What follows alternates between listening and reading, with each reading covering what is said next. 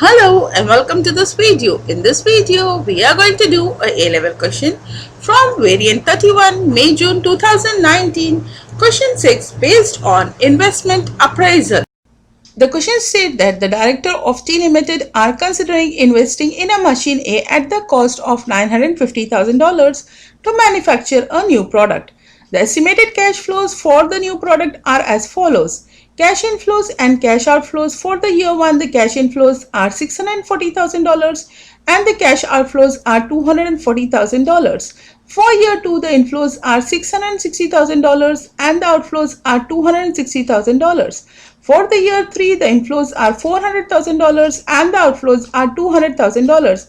For the year 4, the inflows are $300,000 and the outflows are $200,000. Machine A has a useful life of 4 years. The residual value is 0. That means this machine will be fully depreciated. In the A bit of the question, we are asked to calculate the accounting rate of return, which is ARR of machine A. Now let's calculate ARR, which is accounting rate of return, which is equals to the average profit times 100 divided by the average investment. For average profit, we will find the total net cash flow, which will be the net income, and from there we will subtract the depreciation. As here it is given that machine A have a useful life of 4 years and the residual value is 0, means the machine is completely depreciated. Hence we will subtract the total cost of machine, which is $950,000, from the net income to get the profit. And once we get the profit for the project, that is for 4 years, we will divide it by 4 to get the average profit. So let's start. We have cash inflows and cash outflows. In the year 1, the cash inflows are $640,000. From there we subtract the outflow, which is $240,000. We will get the net cash flow as $400,000. In the year 2, the cash inflows are $660,000. From there we subtract the outflow of $260,000. We'll get the net cash flow as $400,000. In the year 3, the inflow is of $400,000. We subtract the outflow of $200,000. We'll get the net cash flow as $200,000. In the year 4, the inflows are of $300,000 minus the outflow of $200,000. We will get the net cash flow as $100,000. So we take the total of inflows, which is $2 million. From there we subtract the outflows total, which is $900,000. We'll get the total of net cash flow as $1,100,000. From here we will subtract the depreciation, which is $950,000, the cost of machine, as this machine is fully depreciated. So once we subtract this, we will get the profit for the project as $150,000, and this is the profit for the project. We want the average profit, so it will be $150,000 divided by 4, which will be $37,500. Next, we are going to calculate the average investment, which will be equal to the initial investment plus the residual value divided by 2. The initial investment, which is given, is $950,000 plus the residual value, which is given as 0, divided by 2. We will get the average investment as $475,000. The accounting rate of return, which is ARR, is equals to the average profit, which was calculated as $37,500 times 100 divided by the average investment, which is $475,000. We'll get the ARR value as 7.89%. Then in the B bit of the question, we are asked to calculate the payback period for machine A. Payback period is the duration during which we will recover our initial investment. So I have taken the years, the cash inflows, cash outflows and net cash flows from bit A. Then the initial investment which we have is $950,000, and till the end of the first year we are getting a net cash flow of $400,000. So from $950,000 we have recovered $400,000 in the end of the first year. So when we subtract this $400,000, we'll get the value of balance amount of investment which we still have to recover at the end of the first year as $550,000. In the second year, we are getting a net cash flow of $400,000. So from $550,000, if we subtract this $400,000, we are still left to recover $150,000 at the end of the second year. In the third year, we are getting the net cash flow of $200,000. However, we have to just recover $150,000. So in 1 year or in 12 months, we are able to recover $200,000.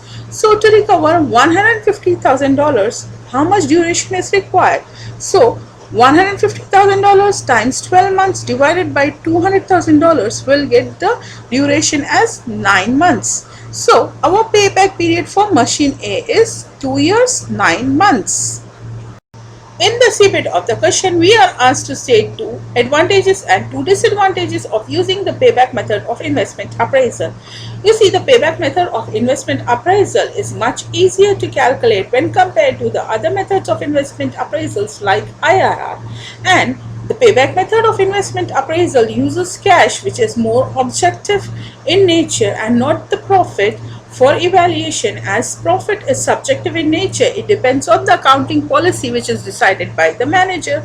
Hence, based on the selection of accounting policy, the profit may differ and we may not get the accurate picture of our investment appraisal. Thus, when payback method uses cash, which is more objective in nature, we may get a appropriate evaluation of our investment appraisal. Then the disadvantage is that the payback method of investment appraisal does not take into consideration time value of money. Time value of money states that the present value of money is higher when compared to the future value of the same amount of money. This is because the future money may involve a lot of uncertainty, as well as it may decrease because of the inflation. Hence, the present value of money is higher when compared to the future value of money. And to get the present value of future cash flow, we use the discounting factors to find the actual value of the future cash flow in the present time. So this is not considered when we take the payback method of investment appraisal, which is a drawback of this method. Furthermore, when we take the payback method of investment appraisal, as we have done in this problem, we have considered the cash flows or the net cash flows which we are earning in the period of 2 years and 9 months. The rest of the net cash flows was ignored, and this may also not give us an accurate picture, which is also a drawback for this method of investment appraisal. Then additional information is provided which states that the cost of capital is 8%.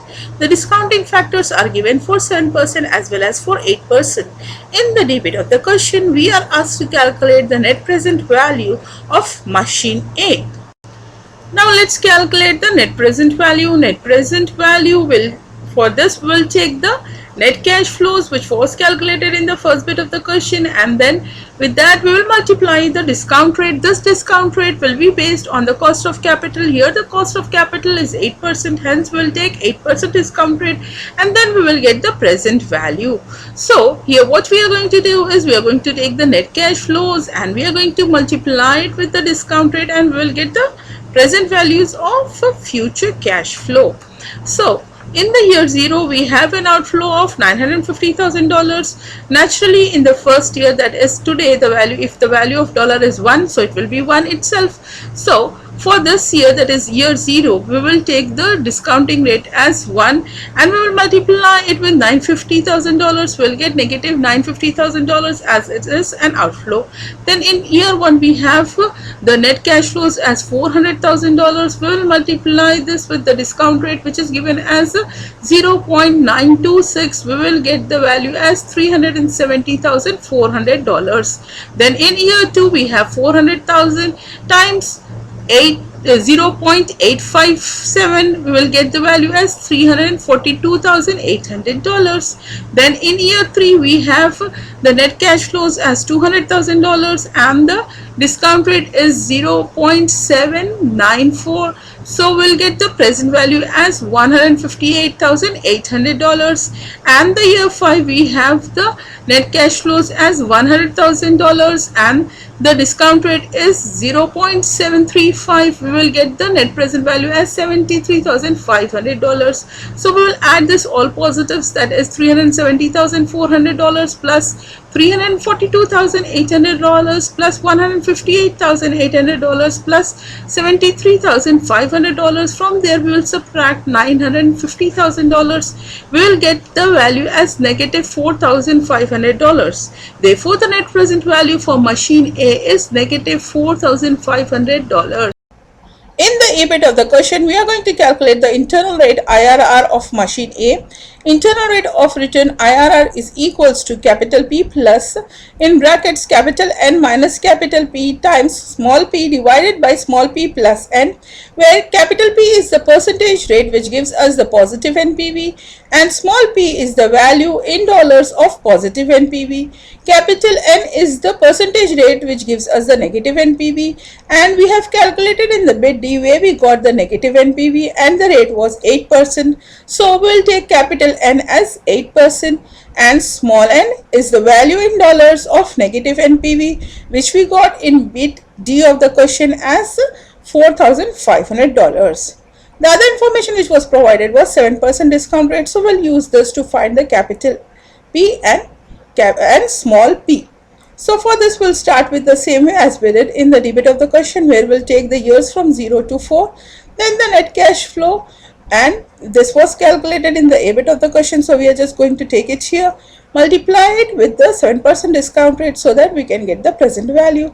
So in year 0 we have a outflow for purchasing machine which was $950,000 times the discount rate which is 1, and when we multiply this we'll get the present value as $950,000 which is negative. Then in year 1 we have the net cash flow as $400,000 times 0.935, we will get the present value as $374,000. In year 2 we have the net cash flows as $400,000 times the discounting factor which we have is 0.873, we'll get the present value as $349,200. In year 3 we have the net cash flow as $200,000 times 7% discount rate which we have here is 0.816, we'll get the present value as $163,200. And in year 4 we have the net cash flow as $100,000 and the discounting factor is 0.763, we'll get the present value as $76,300. We'll add up all the positives, that is $374,000 plus $349,200 plus $163,200 plus $76,300. From there we'll subtract $950,000, we'll get the value as $12,700. And now we are getting a positive NPV, hence this will be the small p which will be $12,700 and the capital P will be 7% discount rate. Now we'll apply in the formula, so capital P which is 7% plus the capital N which is 8% minus 7% times $12,700 divided by 12,700 plus $4,500. When we calculate it, we'll get the IRR as 7.74%. Furthermore, additional information is provided which states that machine B can also be used to manufacture the new product. The following information is available for machine B. The cost is $920,000. The useful life is 4 years. The residual value is nil. The ARR is 13.59%. Payback is 3 years 6 months, and the NPV at 8% discount rate is $20,200. T Limited has limited cash and is likely to borrow money to buy either machine A or machine B. In the F bit of the question, we are asked to advise the director whether they should buy machine A or machine B, and we have to justify the answer. I have stated the director should go for machine B because here the ARR which is for A, it is 7.89%. Here it is much higher for machine B which is 13.59%, as well as the net present value which at 8% for machine A it is negative $4,500, whereas for machine B it is positive $20,200. So based on these two information they should go for machine B. However, the information provided here also states that they have limited cash, so they should consider the payback period as well. For machine A, the payback period is 2 years 9 months, whereas for machine B it is 3 years 6 months. But the payback period also have two major drawbacks, that is they do not take the time value of money as well as they do not take all the cash flows into consideration. So based on this, they may be lot of flaws if they consider the decision only on the basis of payback method. And furthermore, the difference between the payback method for machine B and machine A is just 9 months. That is, for machine A it is 2 years 9 months, and for machine B it is 3 years 6 months. So the difference is just 9 months. It's not a big difference. Hence, going for machine B will be more appropriate, as well as the cost for machine B is also less. That is, for machine A the cost is $950,000, and for machine B it is $920,000. So based on all this analysis, I have suggested that the director should consider buying machine B. So with this, we have completed this question. Thanks for watching my videos and have a great life.